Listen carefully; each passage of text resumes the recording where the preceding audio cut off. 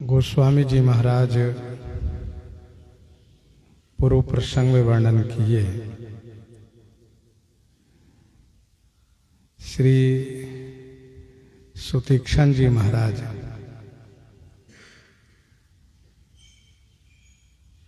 श्री राम जी के आगमन सुनते ही दौड़ते हुए प्रभु के पास पहुंचना चाहते हैं, लेकिन जब प्रभु दिखाई नहीं देते हैं, उनका दर्शन नहीं मिलता है,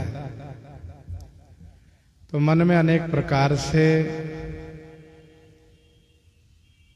मनोरथ करने लगते हैं।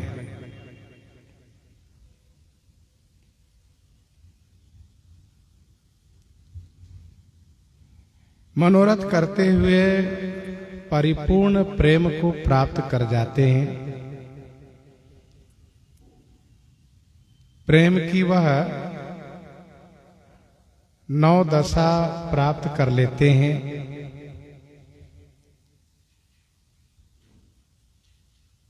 गोस्वामी जी कहते हैं कि श्री राम जी इनकी प्रेममय दशा को एक वृक्ष के ओट में छुपे हुए देखते हैं तथा जब श्री सुतीक्षण जी में अतिशय प्रेम देखते हैं तो उनके हृदय में ही प्रकट हो जाते हैं।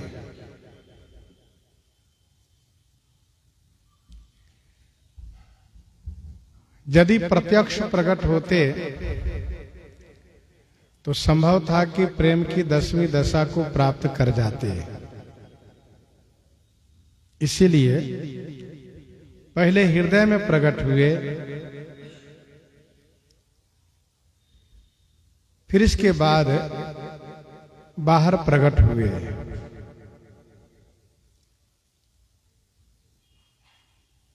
विशेष आनंद व विशेष दुख को जीव सहन नहीं कर पाता है।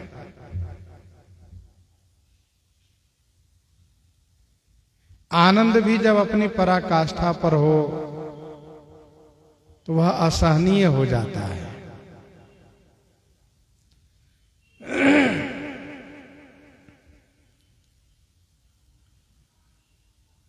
श्री सुतीक्षण जी रास्ते में ही बैठ गए,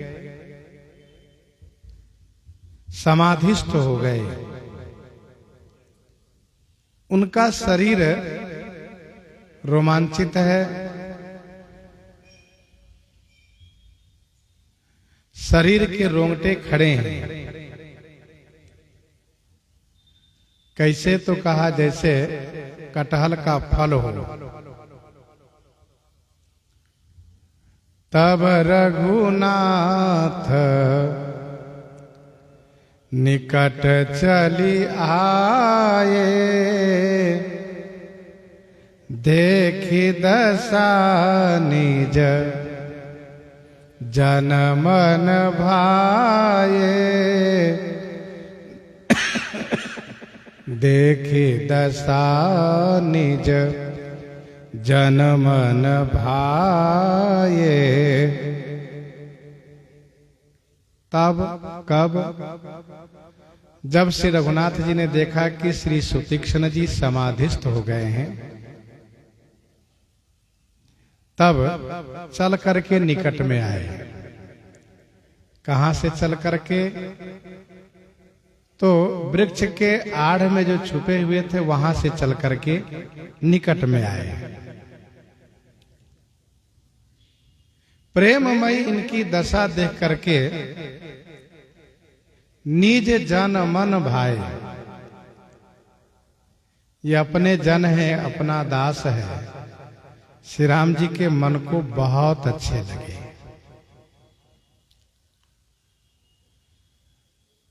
अब श्री राम जी इनको जगाने लगे हैं।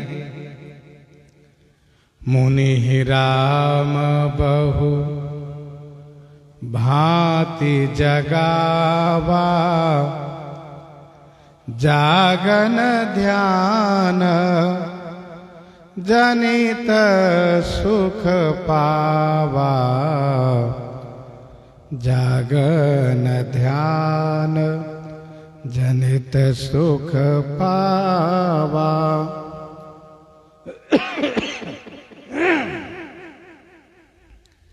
मुनि राम बहुभांति जगावा।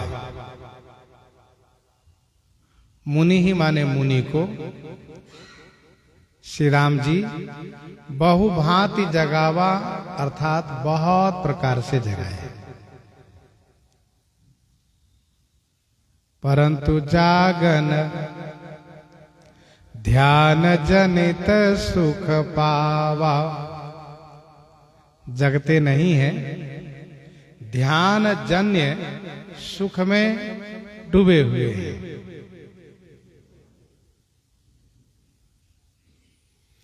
प्रभु के आगमन सुनकर के श्री सुतीक्ष्ण जी दौड़ चले थे श्री राम जी के दर्शन हेतु, तो श्री राम जी नहीं दिखाई दिए तो अतिशय प्रेम को प्राप्त कर गए। श्री राम जी इनके हृदय में ही प्रकट हो गए, और जब हृदय में प्रकट हो गए तो श्री सुतीक्ष्ण जी मानो सब कुछ पा लिए, सरकार को पा गए। अब श्री राम जी एक रूप से तो उनके हृदय में है, जो उनका नित्य स्वरूप है उस नित्य स्वरूप से उनके हृदय में है, और लीला स्वरूप से बाहर उनके सामने उपस्थित है, उनको जगा रहे हैं। गोस्वामी जी कहते हैं बहुभांति जगावा, बहुत प्रकार से जगा रहे हैं। आवाज लगा करके, बोल करके, हाथ पकड़ करके, हिला करके, जल का सिंचन दे करके, जल छीट करके बहुत जगा रहे हैं, लेकिन जग नहीं रहे हैं।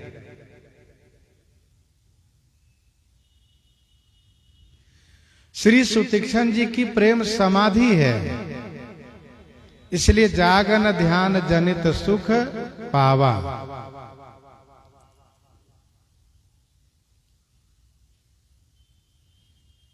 समाधिस्थ व्यक्ति को, समाधिस्थ साधक को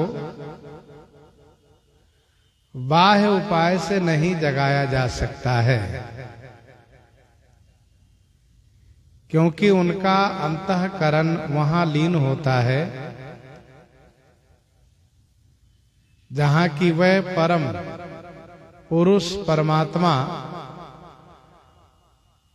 के दर्शन आनंद प्राप्त कर रहे होते हैं। ऐसे समाधिस्थ साधक को, भक्त को वहीं से जगाया जा सकता है जहां कि वह लीन होते हैं, अर्थात अंतःकरण वहीं से जगाया जा सकता है जहां वे ध्यान में मग्न होते हैं। अब श्री राम जी ने सोचा कि इनको जगाएं कैसे।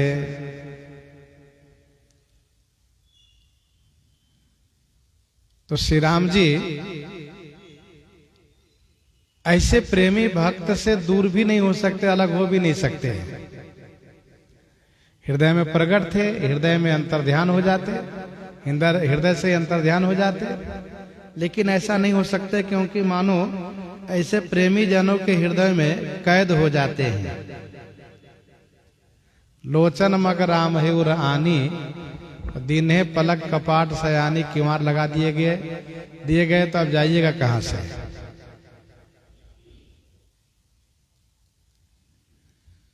तो श्री राम जी अपने उसी स्वरूप में थोड़ा सा परिवर्तन करते हैं। क्या परिवर्तन किए? तो द्विभुज से चतुर्भुज हो गए। भूप रूप तब राम दुरावा, हृदय चतुर भुज रूप दिखावा, हृदय चतुर भुज रूप दिखावा, भूप रूप तब राम दुरावा।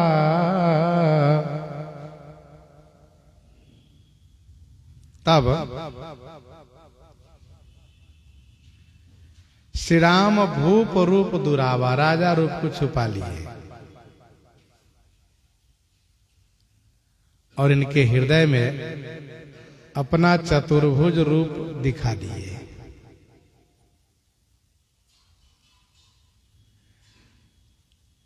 द्विभुज जो है यह भूप रूप है, राजा रूप है। तो भूप रूप तब राम दुरावा, हृदय चतुर्भुज रूप दिखावा। ऐसा क्यों किए श्री राम जी? तो ऐसा इसलिए किए कि श्री सुतीक्ष्ण जी की जो अनन्यता है उस अनन्यता को संसार जान जाए, सबको पता चल जाए। इसलिए श्री राम जी उनके हृदय में चतुर्भुज रूप दिखा दिए। श्री राम जी उनके हृदय में प्रकट हैं, अंतःकरण में ही, अंतःकरण की दृष्टि से श्री सुतीक्ष्ण जी दर्शन कर रहे हैं। श्री राम जी अचानक दो भुज और बढ़ा दिए और दो भुज बढ़ा दिए तो श्री राम जी का ये चतुर्भुज रूप हो गया। चतुर्भुज रूप भी बड़े सुंदर हैं। भगवान श्री राम जी का ही यह भी स्वरूप है।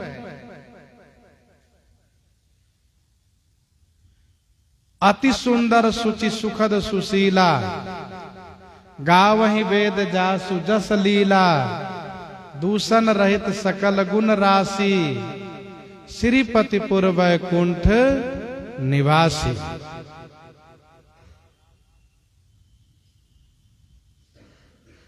तो ये बड़ा ही सुंदर स्वरूप है। लेकिन भक्त की अपनी अनन्य उपासना होती है, अनन्य निष्ठा होती है।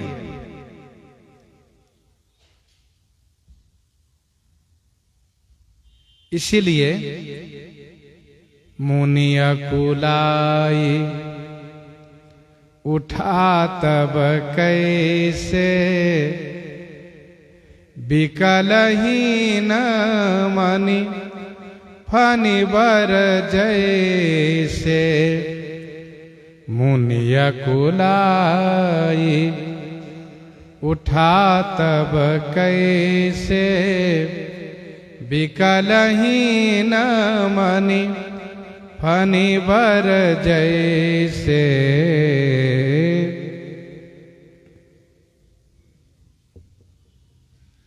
मुनि तब वो अकुलाई कैसे उठा? मुनि तब अकुलाई कैसे उठा? तो जैसे फनिबर मनिहीन विकल हो करके छटपटाने लगता है। मुनि अकुलाई उठा तब कैसे? तब मुनि कैसे अकुला उठा? व्याकुल हो उठे, अर्थात श्री सुतीक्ष्ण जी की समाधि तुरंत भंग हो गई।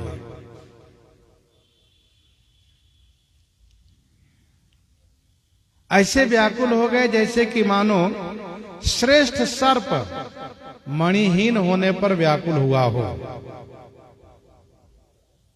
फनिबर, क्योंकि श्रेष्ठ सर्प में ही मणि होती है। श्रेष्ठ सर्प मणिहीन होने पर जैसे व्याकुल होता है, वैसे ही श्री सुतीक्ष्ण जी व्याकुल हो उठे, मानो उनको श्री राम रूपी मणि खो गई। नील सरोरुह नीलमणि, नीलमणि खो गई, मानो व्याकुल हो उठे। वैसे भगवान श्री राम जी का ही सात्विक स्वरूप है। भगवान नारायण, भगवान विष्णु, ये सब उन्हीं का स्वरूप है। लेकिन फिर भी श्री सुतीक्ष्ण जी की अपनी अनन्यता है। भगवान श्री राम, श्री नारायण, श्री विष्णु, श्री कृष्ण, श्री वामन, श्री नरसिंह, ये सब अलग अलग कोई नहीं, सब एक ही हैं। रूप में अंतर है केवल, तत्वतः एक ही हैं। फिर भी एक अपनी उपासना होती है जिसमें अनन्य निष्ठा होती है।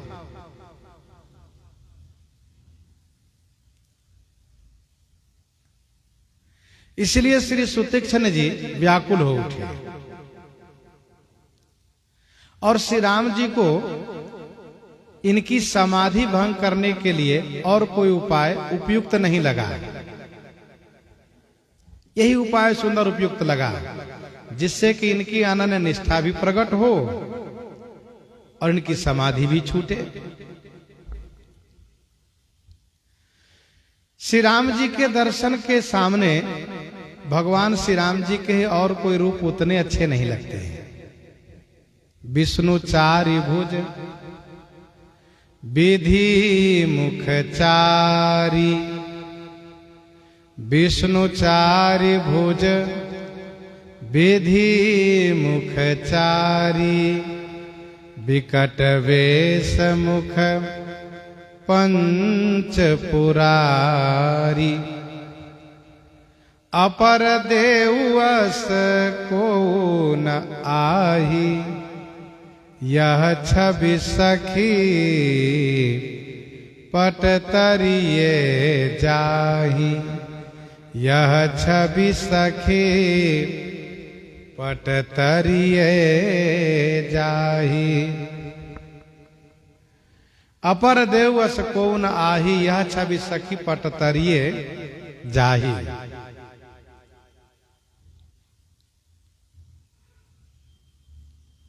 तो यह है श्री राम जी के सौंदर्य की विशेषता।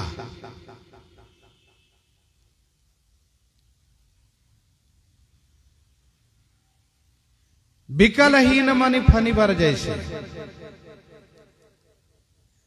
इसका मतलब यह हुआ कि श्री सुतीक्ष्ण जी बड़े व्याकुल हो गए, बहुत छटपटाने लगे। जैसे ही नेत्र खोला इन्होंने तो आगे देखी राम तनु श्यामा, सीता अनुज सहित सुख धामा, सीता अनुज सहित सुख धामा। आगे देखी राम तनु श्यामा, सीता अनुज सहित सुख धामा, श्यामा तन राम आगे देखे। श्री सीता जी अनुज श्री लक्ष्मण जी के सहित सुख के धाम श्याम शरीर वाले श्री राम जी को सुतीक्ष्ण जी ने आगे देखा। बहुत अच्छा लगा। समाधिस्थ व्यक्ति की समाधि जो भंग करता है तो उस पर उस व्यक्ति को रोष होता है, क्रोध आता है।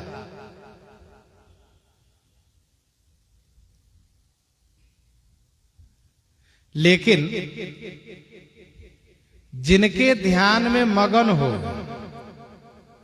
जिनके लिए समाधि लगाए हो, समाधि में जिनका दर्शन कर रहे हो, वही यदि सामने दिखाई दे, सामने उनका दर्शन हो, तो उनको बहुत अच्छा लगता है।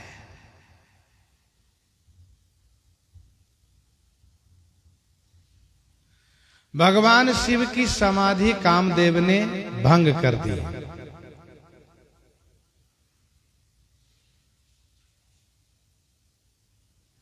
तो फिर क्या हुआ? भयउ ईश मन क्षोभ विषेखी, बड़ा क्षोभ हुआ और गुस्सा आने लगी। कौन है जिसने मेरी समाधि भंग कर दी है? मेरे भजन को किसने भंग किया है भाई? तो उनकी दृष्टि पड़ी कामदेव पर, अच्छा तू है। तो तुरंत भगवान शिव उसको नष्ट कर दिए।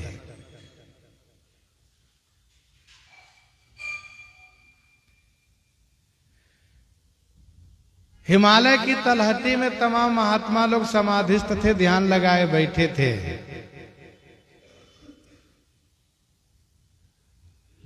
तो देवियां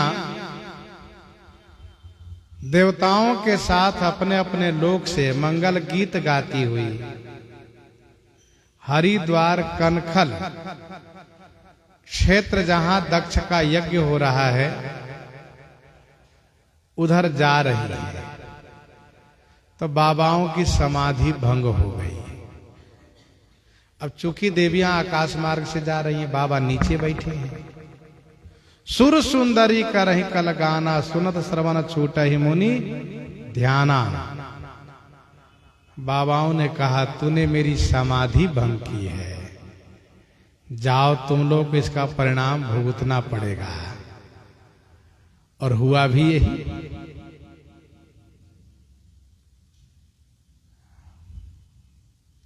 सकल स्वर्ण विधिवत फल पावा, दंडित हुए सब।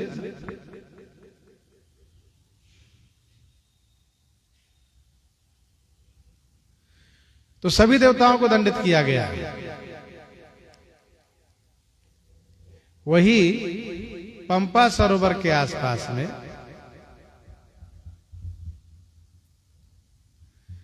जब श्री राम जी आए तो इनको देख करके कोयल इतना कुहुकने लगे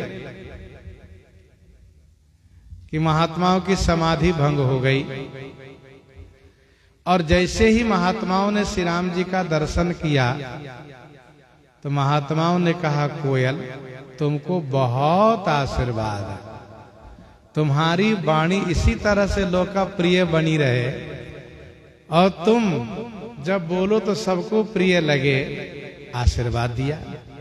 तो कहने का भाव यह है कि श्री सुतीक्षण जी की समाधि भंग हुई तो सामने श्री राम जी को देखा।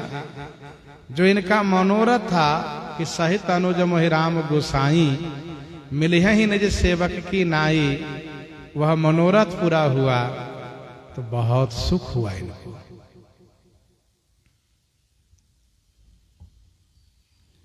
श्री सुतीक्षण जी की अनन्य निष्ठा है, श्री सुतीक्षण जी की अनन्य निष्ठा है, अनन्य प्रेम है, अद्भुत प्रेम है इनका। और उपासना में अनन्य निष्ठा होनी ही चाहिए। जितनी अनन्यता होती है उतना ही अधिक सुख प्राप्त होता है। जैसे एक पतिव्रता नारी की अनन्य निष्ठा अपने पति में होती है। गोस्वामी तुलसीदास जी महाराज वृंदावन धाम में पहुंचे। भगवान श्री कृष्ण के दरबार में पहुंचे दर्शन करने के लिए। तो मंदिर के पुजारी श्री परशुराम दास जी ने गोस्वामी श्री तुलसीदास जी पर आक्षेप किया। यद्यपि उनका यह आक्षेप विनोदात्मक था, लेकिन गोस्वामी जी को कष्ट हुआ सुन करके। उन्होंने कहा कि अपने अपने इष्ट को नमन करई सब कोई, इष्ट विहीने परशुराम नवै सो निगुरा होई। सभी कोई अपने अपने इष्ट को नमन करते हैं और करना भी चाहिए। अपने इष्ट को छोड़ करके और को नमन करे वो निगुड़ा होता है। तो गोस्वामी तुलसीदास जी की दृष्टि में तो श्री कृष्ण भगवान श्री राम जी के रूप में ही थे, क्योंकि भक्त लोग भगवान के सभी रूपों में अपने ही भगवान के रूप का दर्शन करते हैं।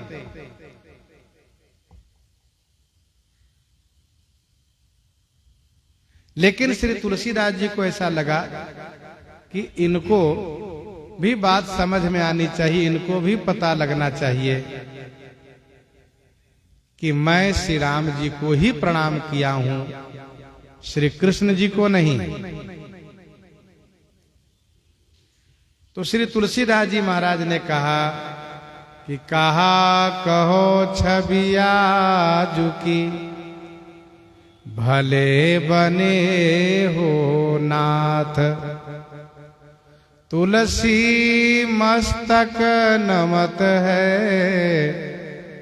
धनुष बाण लेहु हाथ। फिर तो कित मुरली कित चंद्रिका कित गोपियन के साथ, अपने जन के कारण श्री कृष्ण भये रघुनाथ, श्री कृष्ण भये रघुनाथ। अपने जन के कारण श्री कृष्ण भय रघुनाथ। भगवान श्री कृष्ण जी रघुनाथ जी के रूप में सबको दिखाई दिए, दर्शन दिए। तो यह है श्री तुलसीदास जी की अनन्य निष्ठा। जब श्री परशुराम दास जी नाम के पुजारी जी ने आक्षेप किया तो इनकी प्रार्थना पर श्री कृष्ण भगवान श्री राम रूप में ही दिखाई दिए सबको।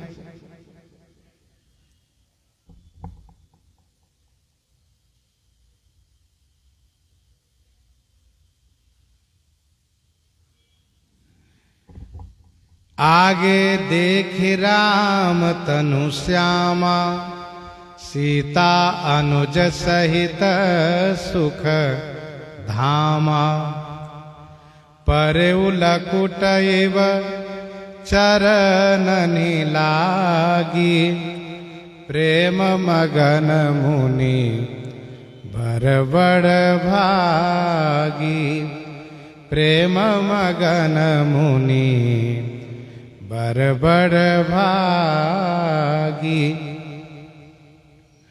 बड़ भागी मुनिवर प्रेम मगन हो करके लकुट एव परेउ चरणनि लागी। बड़ भागी मुनिवर मुनि श्रेष्ठ श्री सुतीक्ष्ण जी प्रेम में मग्न हो करके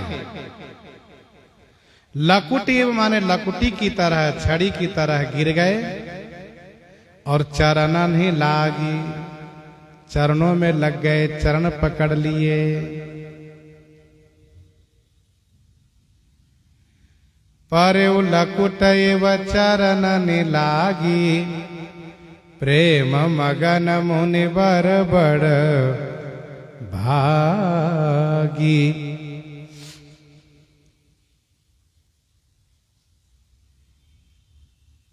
लकुटी, लकुट माने छड़ी की तरह। छड़ी को आप खड़ा कर दीजिए तो वो धराम से गिर जाती है, धड़ाम से गिर जाती है। और वह तभी उठती है जब कोई उठाता हो। ऐसे ही श्री सुतीक्ष्ण जी श्री राम जी के चरणों में गिर गए और श्री राम जी के उठाने से ही उठ पाए।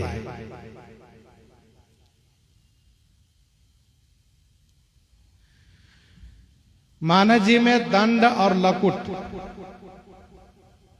दोनों शब्द का प्रयोग किया गया है। दंड का मतलब डंडा मोटा होता है और छड़ी का मतलब वह पतली छड़ी होती है।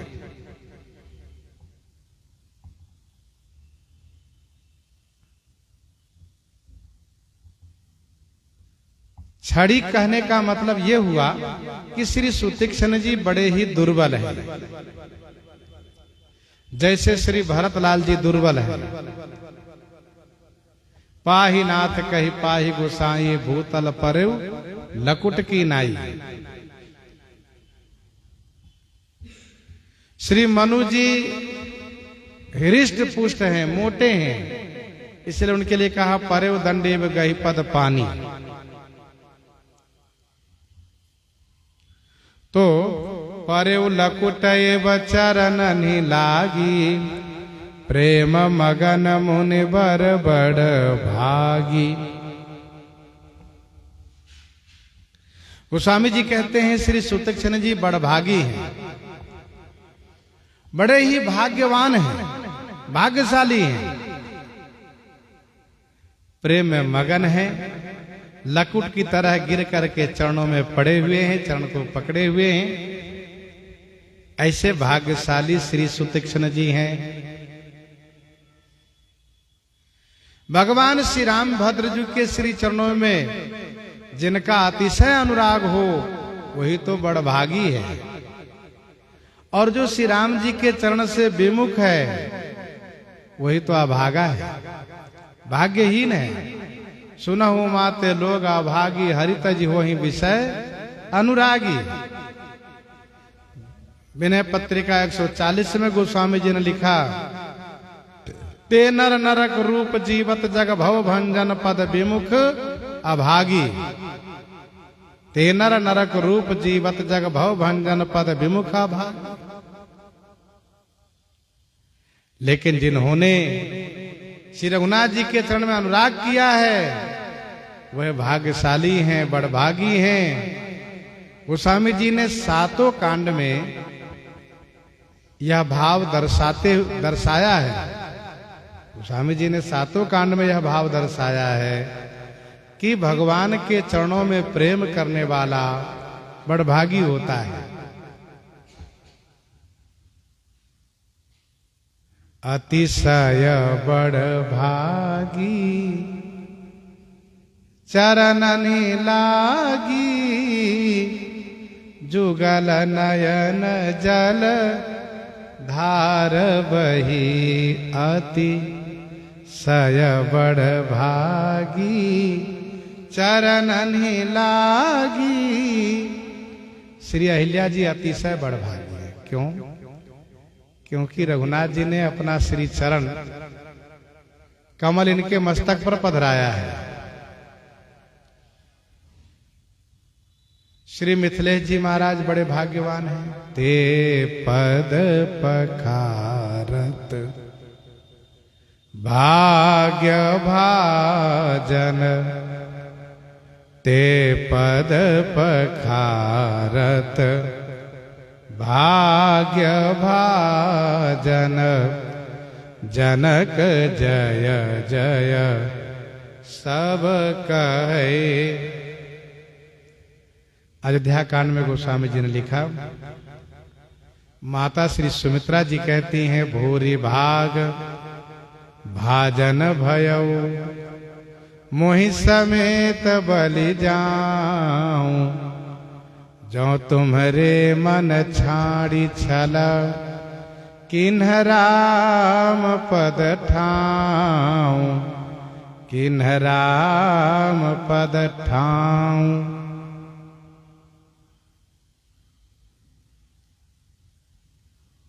निषाद राज कहते हैं नाथ कुशल पद पंकज देखे भयऊ भाग भाजन जन लेखे।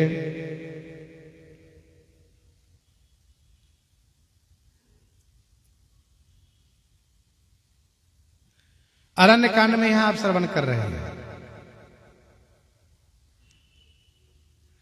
प्रेम मगन मुनि बर बड़ भागी। किष्किंधा कांड में गोस्वामी जी ने कहा, सोई गुणज्ञ सोई बड़ भागी, जो रघुवीर चरण अनुरागी। सुंदर कांड में गोस्वामी जी ने लिखा, विभीषण जी महाराज कहते हैं, अहो भाग्य मम अमित यति, राम कृपा सुख पुंज, देखे नयन बिरंच शिव, सेव्य जुगल पद कंज। लंका कांड में गोस्वामी जी ने लिखा, बड़ भागी अंगद हनुमाना, चरण कमल चा पत विधि नाना, चरण कमल चा पत विधि नाना।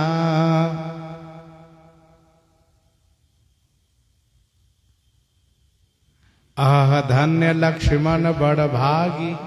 उत्तरकांड में, राम पदार विंद अनुरागी। और हनुमान सम नहीं बड़ भागी, नहीं को राम चरण अनुरागी। जो भी सरकार के इन जुगल पाद पद्मों में अनुराग करते हैं, वे बड़भागी हो जाते हैं।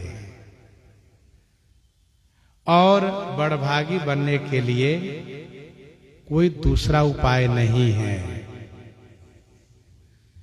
भौतिकता की दृष्टि से चाहे जितना बड़ा उत्कर्ष प्राप्त हो जाए, जितना बड़ा पद प्रभुत्व प्राप्त हो जाए, लेकिन यदि सरकार के इन युगल चरणाम्बुज में प्रेम नहीं हुआ, तो भाग्यशाली की श्रेणी में नहीं माना जाएगा। वह भाग्यशाली होगा ही नहीं। काम से रूप प्रताप दिनेश से, सोम से शील गणेश से माने, हरिश्चंद्र से सांचे बड़ो विधि से, मघवा से महीप विषय सुख साने, सुख से मुनि सारद से बक्ता, चिर जीवन लोमस ते अधिकाने। ऐसे भय तो कहाँ तुलसी, जो पे राजीव लोचन राम न जाने। गोस्वामी जी कहते हैं, पर उलकुटैव चरण लागी, प्रेम मगन मुनि बर बड़ भागी। भुज विशाल गहि लिए उठाई, परम प्रीति राखे उर लाई।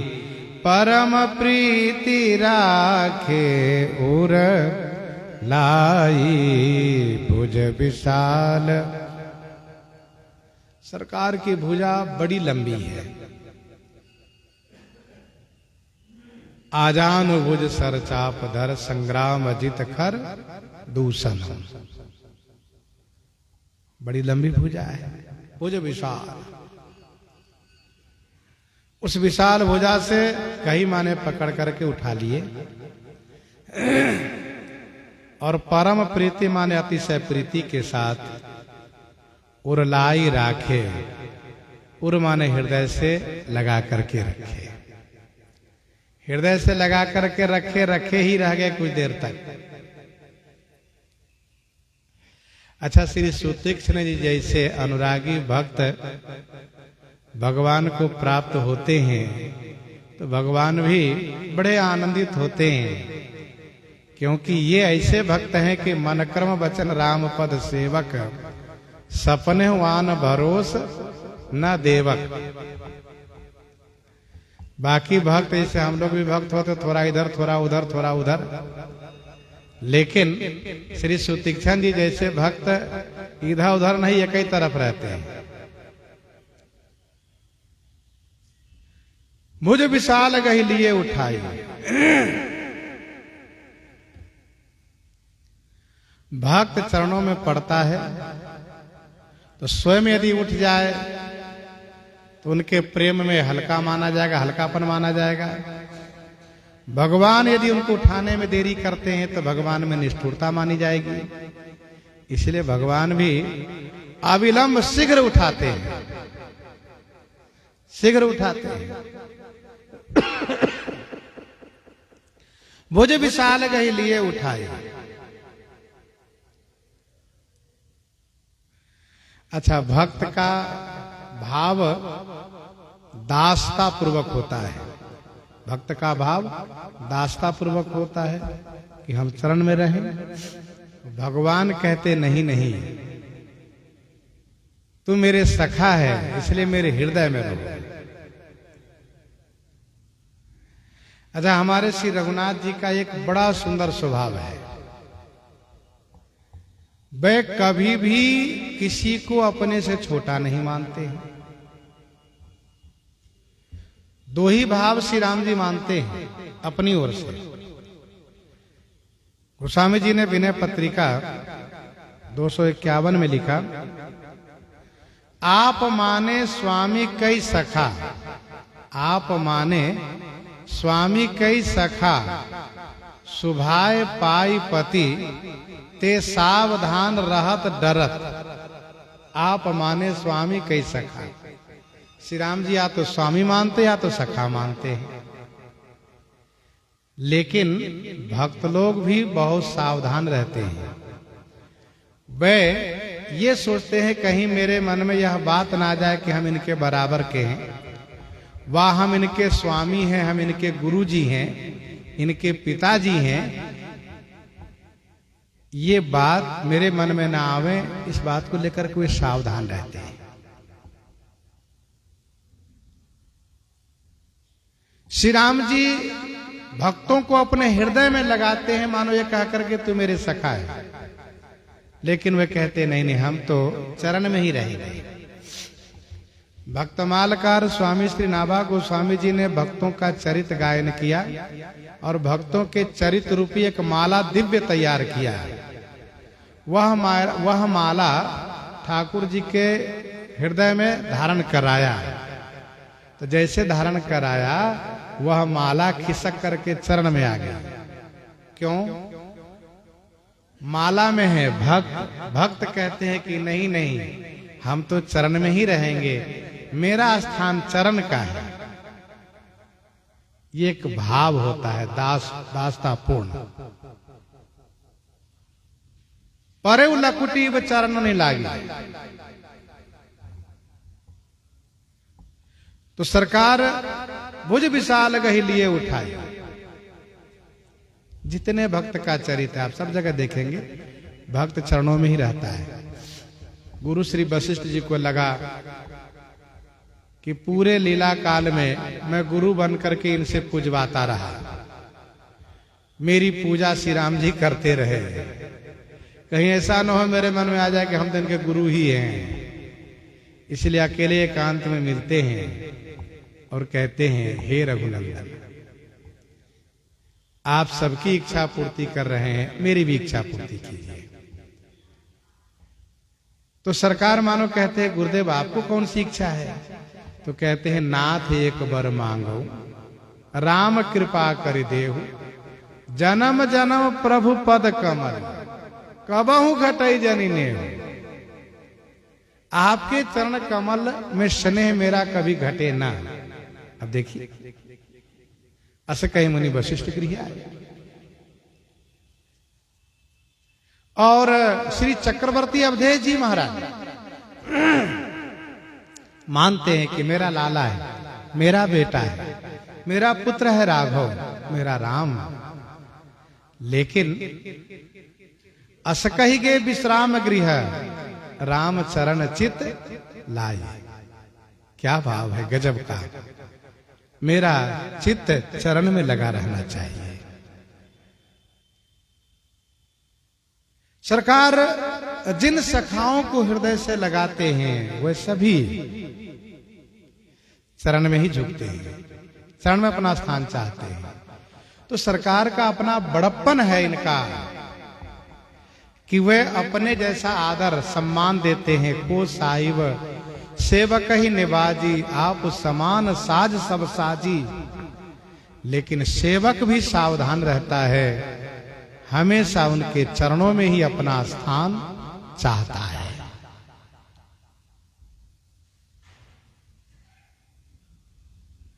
भुज विशाल गही लिए उठाई, परम प्रीति राखे उरलाई।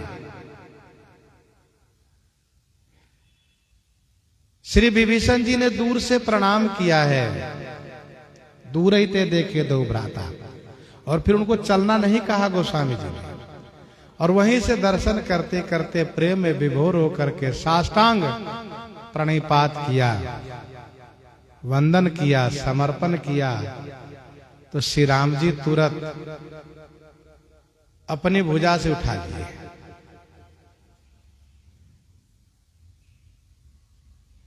और सरकार को चलना नहीं पड़ा, भुज विशाल गए लिए उठाए। यहां पर भी विशाल भुजा से उठा लिए श्री सुतीक्षण जी को, और परम प्रीति, अच्छा बहुत प्रेम है। सरकार के लिए सुतीक्षण जी कैसे हैं? तो जैसे मानो छोटा सा बालक हो, बालक सुत सम दास अमानी। सुतीक्षण जी का प्रेम सरकार ने वैसे ही देखा जैसे माता पिता अपने बच्चे के, अपने बालक के कौतुक देख रहे हो छुप करके, जब वह खेल खेलता हो तो सरकार देख रहे थे बेटा वृक्ष के आड़ में, तरु के आड़ में। और अब जब पास में आए हैं, अच्छा बालक का भी एक बड़ा विचित्र टेक होता है, वो थोड़े में अनमना जाता है, रूठ जाता है। वैसे ही सुतीक्षण जी में ये देखा गया, केवल सरकार दो भुजा बढ़ाए, सुतीक्षण जी व्याकुल हो गए।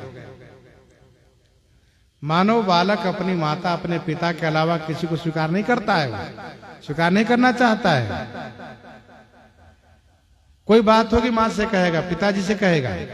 तो सुतीक्षण जी में ये भाव है, जो बालक सुत सम दास अमानी। तो सरकार माता पिता होकर के सुतीक्षण जी को परम प्रीति राखे उरलाई, हृदय से लगाए रखे। भगवान श्री राम जी का अंकमाल प्राप्त कर लेना यह जीव का सर्वोत्कृष्ट लाभ है, इससे बड़ा कोई लाभ हो ही नहीं सकता है। भगवान श्री राम जी ने श्रीमद् वाल्मीकि रामायण में श्री हनुमान जी से कहा है, हनुमान जी आपने जो उपकार किए हैं उसके बदले में मैं कुछ दे नहीं सकता हूं। मेरी इच्छा है कि मैं सदैव आपका ऋणी बना रहूं, लेकिन फिर भी कुछ दिए बिना मेरा मन मानता नहीं, कुछ दिए बिना मेरा मन मानता नहीं, इसलिए कुछ देना चाहता हूं। और वह देना चाहता हूं जो सबके लिए सुलभ नहीं है, सबके लिए सुलभ नहीं है, और वह है अंकमाल। वह अंकमाल भगवान के विशिष्ट भक्त अथवा भक्ति श्री किशोरी जी के लिए है। तो सरकार यह कहते हुए श्री हनुमान जी के हृदय से लगा लिए, और श्री राम जी का आलिंगन प्राप्त हो जाए तो समझो जीवन धन्य हो जाता है। तभी तो गोस्वामी जी को कहना पड़ा कि हनुमान सम नहीं बड़ भागी, कोई है ही नहीं इनके जैसा। तो सुतीक्षण जी महाराज भी बड़ भागी हैं। परम प्रीति राखे उरलाई। गोस्वामी जी ने देखा कि दोनों मिल रहे हैं, सरकार इनको अलग नहीं होने देना चाह रहे हैं, सुतीक्षण जी भी अलग नहीं हो रहे हैं। तो बीच में एक चौपाई रख रहे हैं। मुनि ही मिलत अस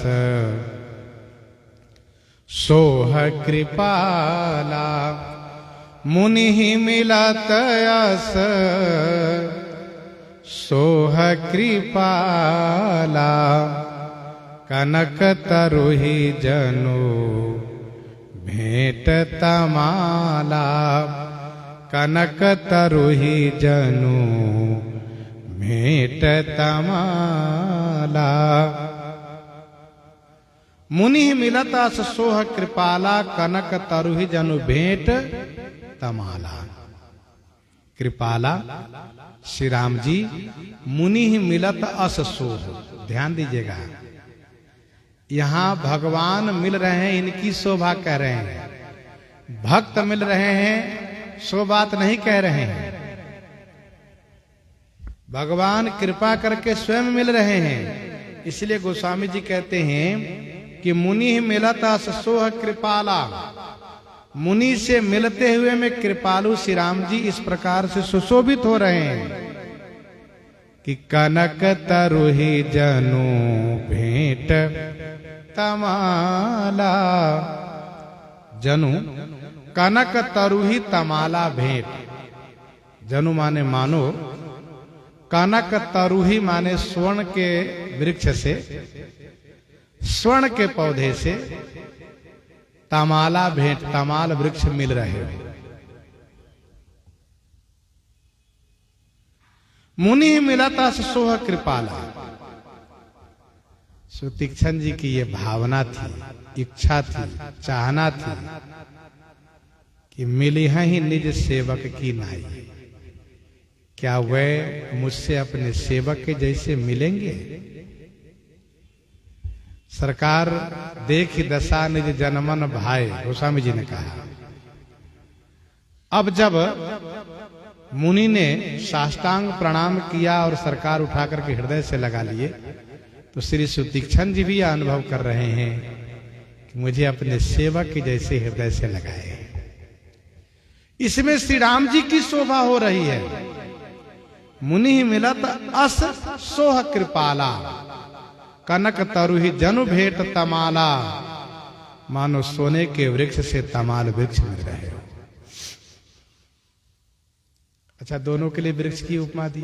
क्यों? कहा दोनों जड़वत हो गए, दोनों जड़वत हो गए।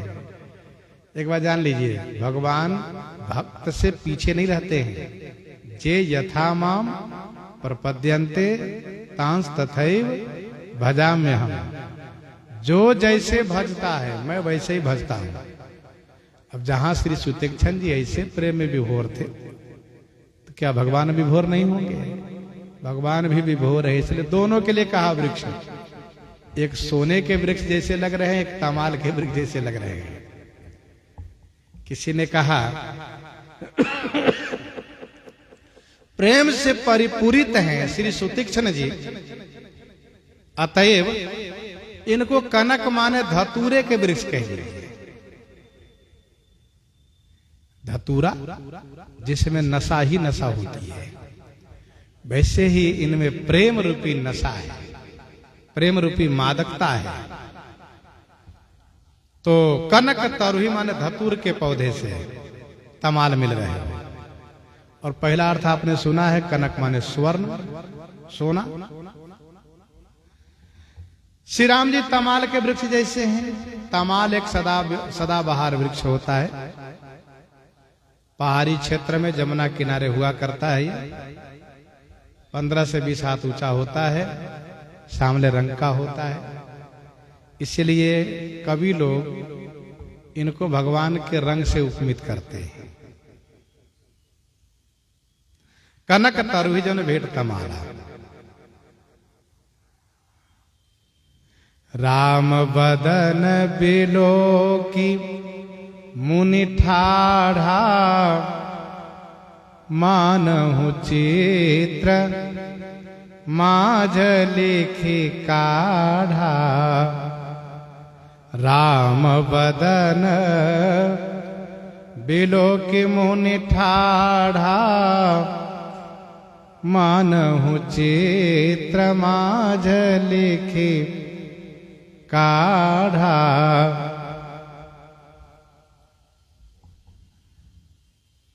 मुनि श्री सुतीक्षण जी राम बदन बिलोकी ठाढ़ा।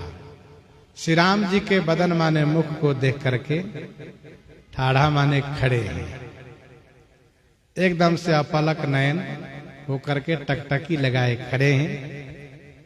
मानहु चित्र माझ लिखी काढ़ा। गोस्वामी जी कहते हैं मानो चित्र में, तस्वीर में, माझ माने में, लिखी काढ़ा, लिख करके काढ़ा माने निकाला गया हो। बाबा मानो तस्वीर के रूप में हो, फोटो के रूप में हो। राम बदन बिलोक मुनि ठाढ़ा। श्री सुतीक्षण जी का ये मनोरथ था कि होई है सुफल आज मम लोचन, देखी बदन पंकज भव मोचन।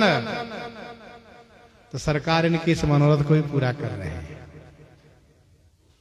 सुतीक्षण जी महाराज बड़े प्रेम भाव में भर करके सरकार के मुख कमल को अवलोकन कर रहे हैं, मुख कमल को देख रहे हैं। बड़ा आनंद आ रहा है। सरकार भी कुछ नहीं बोल रहे हैं, भैया इनकी इच्छाएं पूर्ति हो, इसीलिए।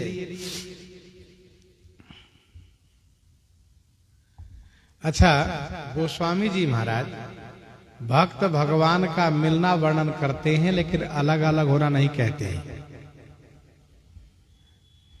एक सज्जन ने पूछा गोस्वामी जी से कि आप मिलना कहते फिर कथा शुरू कर देते, कब अलग हुए बताते नहीं है। तो गोस्वामी जी कहते देखो भैया, उनका सौभाग्य है कि वे भगवान से मिल रहे हैं और भगवान उनको बड़भागी बना करके अपने हृदय से लगाए हैं। हम बीच में क्यों कहे कि अलग हो गए? मिल गए तो मिल गए, फिर अलग हुए ही नहीं। हम तो ये मानते हैं दोनों एक हो गए। फिर भी अलग होने की बात यदि आपको समझनी हो, सीखनी हो, तो भक्तमाल में पढ़ना चाहिए। 55 कवित में भगवान श्री द्वारिकाधीश के समीप जब पहुंचते हैं उनके प्रिय मित्र श्री सुदामा जी, तो श्री सुदामा जी को देखते ही श्री कृष्ण विह्वल हो जाते हैं और सुदामा जी को हृदय से लगा लेते हैं। श्री सुदामा जी चरण में पड़ते हैं, सरकार श्री द्वारकाधीश जी हृदय से लगा लेते हैं। अब दोनों मिल रहे हैं तो स्वामी श्री प्रियादास जी कहते हैं आई दुबराई सुधी मिलन छुटाई। आई दुबराई सुधी मिलन छुटाई। जब दुबराई की सुधी आई दोनों तरफ, तब अलग अलग हुए। अब आप जरा सोचिए, यहां भी लकुट की तरह श्री सुतीक्षण जी दुर्बल है और सरकार कैसे भी है तो हृष्ट पुष्ट है।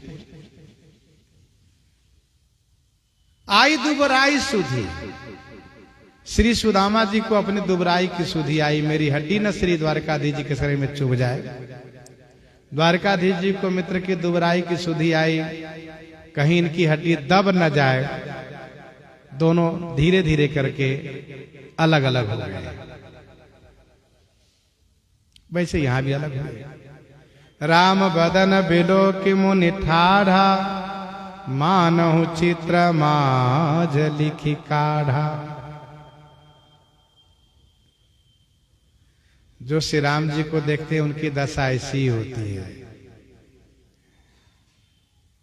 जाई समीप राम छवि देखी, रही जनु कुंवरी चित्र अवरेखी। धरि धीरज काली सयानी, सीता सन बोली गई पानी। तो मानो चित्र माज लिखी काढ़ा, तब मुनि हृदय धीर धरी। गही पद बारही बार, निज आश्रम प्रभु आन करी। पूजा विविध प्रकार, पूजा विविध प्रकार। तब मुनि हृदय धीर धरी। तब मुनि श्री सुतीक्षण जी हृदय में धैर्य धारण करके 12 बार पद गई। अब उनको याद ही नहीं रहता कि प्रणाम किए कि नहीं किए, अथवा तो प्रेम में ऐसा लगता है कि पता न कभी चरण हमारे पास से चले जाएं, इसलिए बार बार 12 ही बार पद गही, बार बार चरण पकड़ते हैं। फिर मन में आया, अरे मैंने इनकी तो पूजा की ही नहीं, तो सरकार के हाथ पकड़ लिए, क्योंकि अपने आश्रम से उठकर के दौड़ चले थे, करत मनोरथ आतुर धावा। अब सरकार के हाथ पकड़ लिए और यह इन्होंने कहा जैसे बालक हाथ पकड़ ले, वैसे हाथ पकड़ लिया और कहा सुनिए, कुटिया को पावन कर दीजिए। प्रभु ने कहा हाँ बिल्कुल। निज आश्रम प्रभु आने करी, प्रभु निज आश्रम आनी, प्रभु को अपने आश्रम में ले आए और विविध प्रकार पूजा करी। गोस्वामी जी ऐसे प्रेमी भक्त की पूजा विधि में कोई संख्या नहीं बता रहे हैं कि पंचोपचार की खोटसोपचार की शतोपचार की सहस्रोपचार के अनंतोपचार, कहा विविध प्रकार जो भा रहा है, जो जो याद आता जा रहा है उसी प्रकार से पूजा करते जा रहे हैं।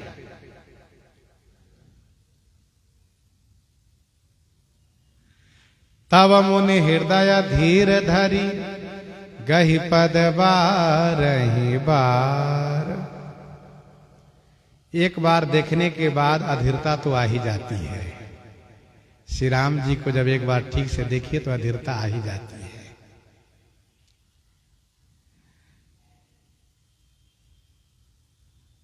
प्रेम मगन मन जान नृप, करी विवेक धरी धीर। श्री जनक जी जैसे ज्ञानी अधीर हो गए। ऐसी छवि, ऐसा सौंदर्य कहां थे ये? और जिस हृदय के नेत्र से मैं जिनको देखता था उनसे अनंत गुना आनंद इनमें भरा हुआ है। अधीर हो गए, बड़े प्यारे लगने लगे। अब मन में होने लगा ये तो अपने ही है, अपने हैं। हनुमान जी जैसे धीरवान, पुलकित तन मुखावन वचना, पुलकित तन मुखावन वचना, देखत रुचिर बेस कई रचना। अधीर हो गए। पुनि धीरज धरी स्तुति की नहीं, हरस हृदय निज नाथ ही चीन्ही।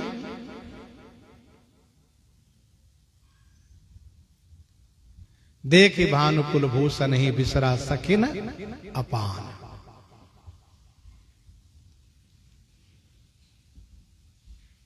प्रेम मगन मुख बचन न आवा, पुनि पुनि पद सरोज सिर नावा। तो श्री सुतीक्षण जी अधीर हो गए। फिर इसके बाद धैर्य धारण किए। अच्छा, प्रेम जब बढ़ता है तो अधीरता आती है। उस अधीरता को घटाने के लिए ज्ञान को बढ़ाना पड़ता है। ज्ञान जब बढ़ता है तो अधीरता कम होती है।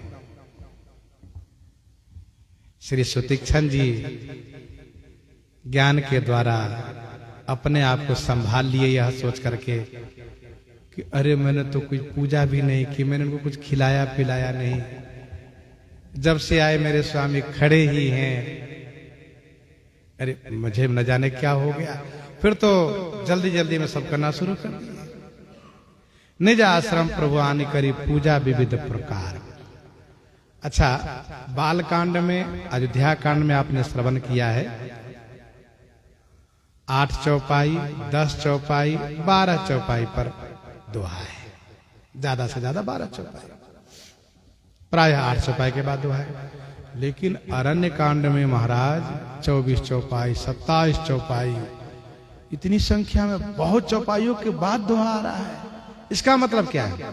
इसका मतलब यह है कि दोहा विश्राम परक होता है और अरण्य कांड की कथा है वन की कथा। और वन में जल्दी जल्दी विश्राम स्थल नहीं मिलता है, जल्दी जल्दी जल नहीं मिलता है। कोसों चलिए तो कहीं जलाशय मिलेगा। इसीलिए गोस्वामी जी महाराज बहुत दूर दूर पर दोहा दिए। दूसरा भाव यह है कि चौपाई पूरन है, दोहा कमल है। तो वन में जाइए तो जहां वन है वहां कहीं दूर दूर पर आपको कमल दिखेगा। ऐसा नहीं सब जगह कमल ही दिखे। ये भी बात है। श्री सुतीक्षण जी ने अपने आश्रम में सरकार की पूजा की है। अब वे ये कह रहे हैं, सरकार मैं आपकी स्तुति किस प्रकार से करूं?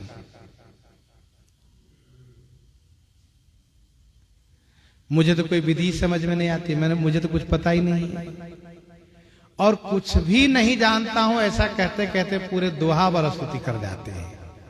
यही है श्री सुतीक्षण जी की दैन्यता, भक्ति की महानता। तो ऐसे सुंदर प्रसंग को हृदयंगम करते हुए आइए श्रवण करते हैं श्री राम आज्ञा प्रश्न से।